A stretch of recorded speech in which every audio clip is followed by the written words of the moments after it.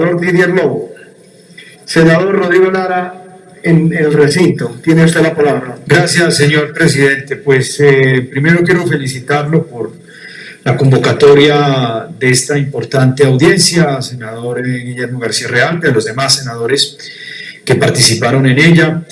Y pues esta audiencia hoy, por fuera de los periodos ordinarios de sesión del Congreso de la República, nos sirve básicamente de espacio de convocatoria ciudadana para escuchar a los diferentes expertos, pero también para nosotros, como senadores de la República, poder expresar nuestro profundo desconcierto por la inexplicable, yo diría imperdonable demora del gobierno nacional en el inicio de este proceso de vacunación.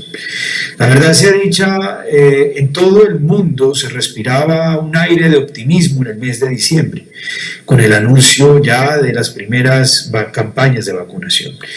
Aquí hogares, familias, personas de la tercera edad, entusiasmados escuchaban las noticias sobre el inicio de las campañas de vacunación en muchas partes del mundo, esperando que en Colombia también iniciaran cuanto antes. Y vimos cómo empezaron estas campañas de vacunación en países de América Latina. Vemos hoy cómo ya existe esta vacunación en Panamá, en Costa Rica, en Ecuador, en Brasil, en Chile, en Argentina. Mientras que en Colombia aún no contamos ni siquiera con una fecha cierta sobre el inicio de la campaña de vacunación, sobre la llegada de las primeras vacunas. Y lo que vemos, por el contrario, es una cantidad de señales preocupantes y contradictorias. Demoras por parte de las farmacéuticas en la provisión de las vacunas en Europa, congestión en las plantas de producción, nacionalismo de las vacunas. Hoy la Unión Europea emitió una serie de reglas para controlar o regular la exportación de las vacunas producidas en el continente europeo.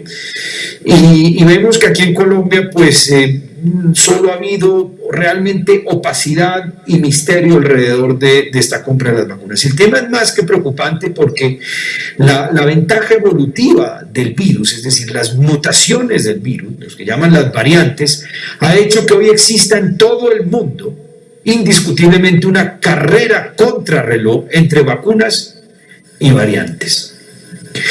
La detección de las variantes como la inglesa, la surafricana y la brasileña tienen alerta a todos los sistemas de salud del mundo. La británica, según el primer ministro británico, es un 30% más letal que las variantes normales y un 40 o un 70% más contagiosa. La variante que aún está en estudio en el Brasil es absolutamente alarmante. La revista Science, la revista más prestigiosa del mundo, una de las más prestigiosas del mundo en estos asuntos, mencionaba que 3/4 partes de la población de Manaos tenía anticuerpos después de la primera ola del COVID. Y eso parece haberse desvanecido. Y desde ya se han aventurado muchos expertos en anunciar que esto es posiblemente causa de esta nueva variante, que además lleva a que los jóvenes entre 18 y 30 años presenten cuadros más graves y la hospitalización sea más larga.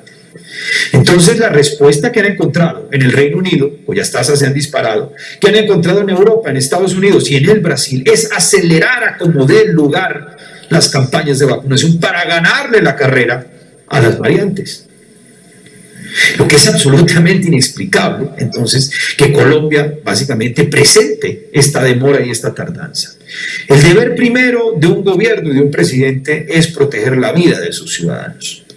Y un gobierno que protege la vida de sus ciudadanos es un gobierno que se anticipa a los problemas y que compra a tiempo la solución para proteger la vida de sus habitantes en una pandemia que es la vacuna. Un gobierno que no importa la vacuna a tiempo es un gobierno que no protege la vida de los colombianos.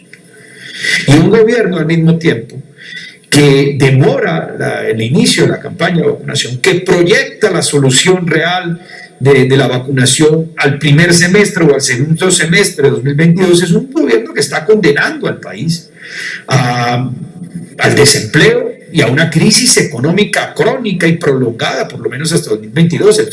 El Banco Mundial, en sus recientes perspectivas sobre el crecimiento de la economía global y de la economía colombiana, hizo una proyección de que la economía colombiana crecería en 4.9%. Realmente no es un crecimiento del 5%, un crecimiento estadístico de 3.5, 4 puntos, y estamos hablando de un crecimiento real de 1.5, 2 puntos. Pero no obstante, sí dijo, y fue muy enfático el Banco Mundial, en el sentido que solo habrá reactivación económica si los gobiernos son capaces de vacunar a tiempo a su población. Me temo que esta demora del gobierno nacional se va a traducir en más confinamientos, en más toques de queda y por consiguiente en más pobreza, en más desempleo, pero sobre todo en más muertos, más tragedia y más dolor. Que sea esta la oportunidad para insistirle al gobierno, casi que rogándole al gobierno, que acelere el proceso de importación de estas vacunas. Y en segundo lugar, para expresarle también al gobierno que nos acompañe en la iniciativa que radicamos los senadores del Grupo Parlamentario Liberal Socialdemócrata, en el sentido de extender por 6 meses más el subsidio a la nómina.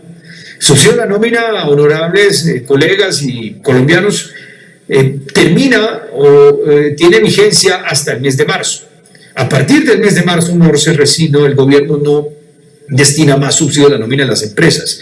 Pues le hemos pedido entonces al gobierno que cite a sesiones extraordinarias del Congreso de la República a fin de que podamos discutir esta ley con mensaje de urgencia en el mes de febrero y marzo, de tal manera que no se queden las empresas colombianas sin acceso al subsidio de la nómina y se pueda seguir protegiendo el empleo.